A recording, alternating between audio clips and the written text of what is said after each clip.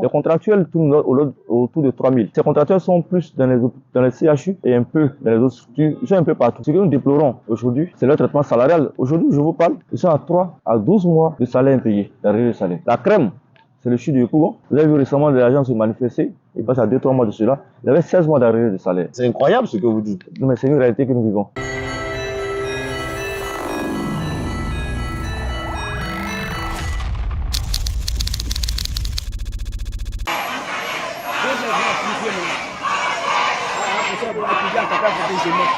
Plus d'un an dépayé pour ceux qui s'occupent de la chose la plus importante pour les Ivoiriens, leur santé.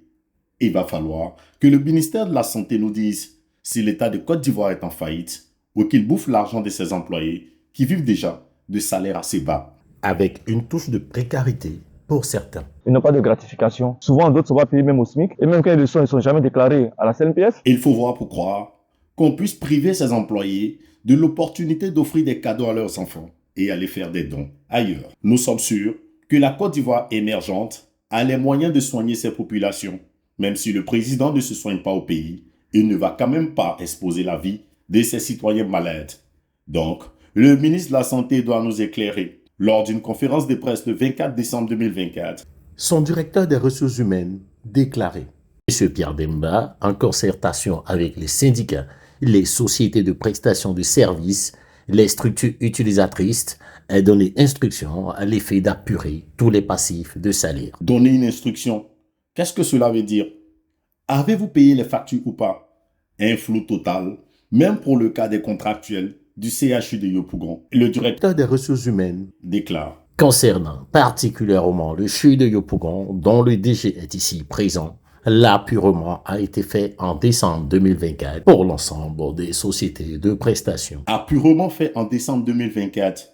Mais quel jour de ce mois? Pour être plus clair, le directeur des ressources humaines ne précise rien. À juste titre, le site Enquête Média révèle aucun arriéré payé. Ne pas payer les travailleurs, faut croire, est devenu une religion pour le ministre Pierre Demba. Le responsable syndical qui va dénoncer ces impairs sera lui aussi privé de salaire depuis juillet 2023. Je prends moi dans mon cas. Depuis août 2023, on a commencé à faire le premier moment dont je vous ai parlé tout à l'heure. Il a été de façon arbitraire suspendu par les mains du ministre Pierre Demba. J'étais suspendu. Quelle raison? Pour quelle raison? Oui, mais parce que après, quand on te suspend, il faudrait qu'on fabrique une preuve.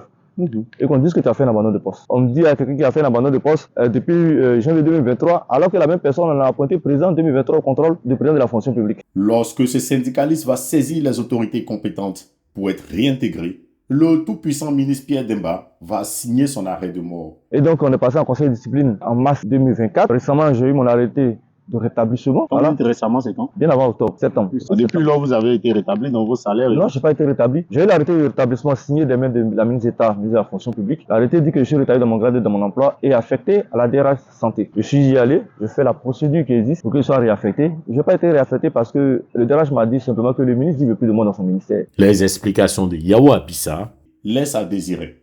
Il reconnaît que le syndicaliste a été rétabli dans ses fonctions depuis le 15 octobre 2024.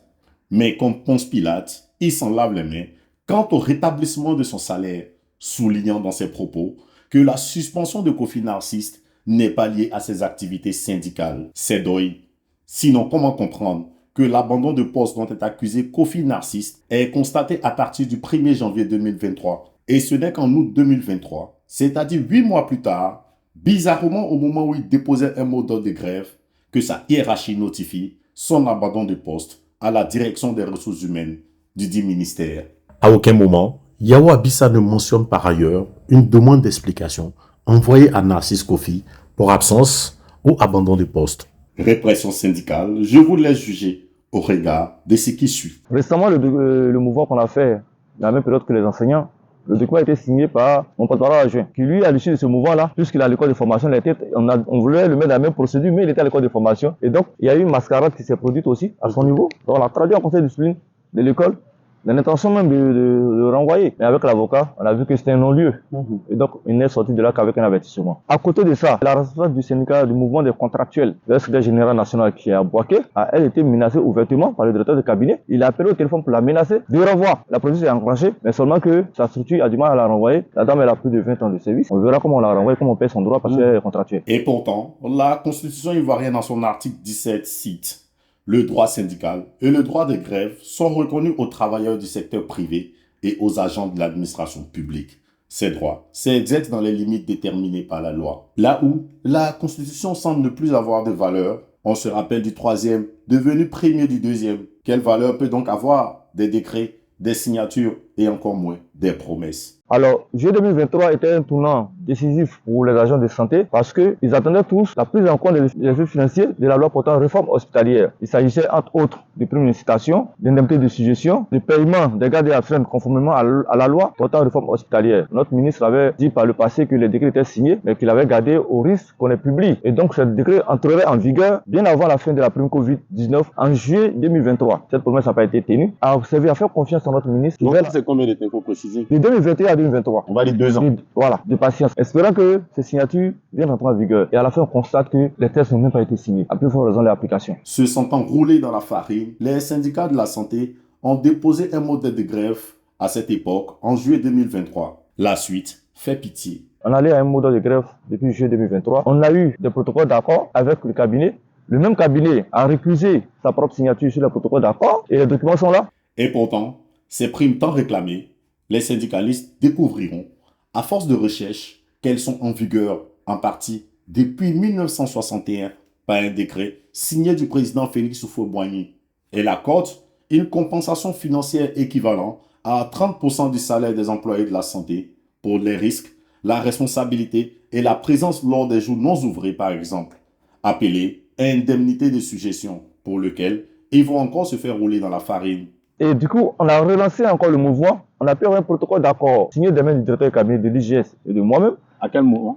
Ça, c'était en septembre 2023. Et ce protocole d'accord dit que les indemnités de suggestion, parce que pour finir, c'est là que nous sommes restés, dans tout ce qu'on peut avoir comme espoir de motivation financière. Les indemnités de suggestion seraient pris en compte dans le budget 2024.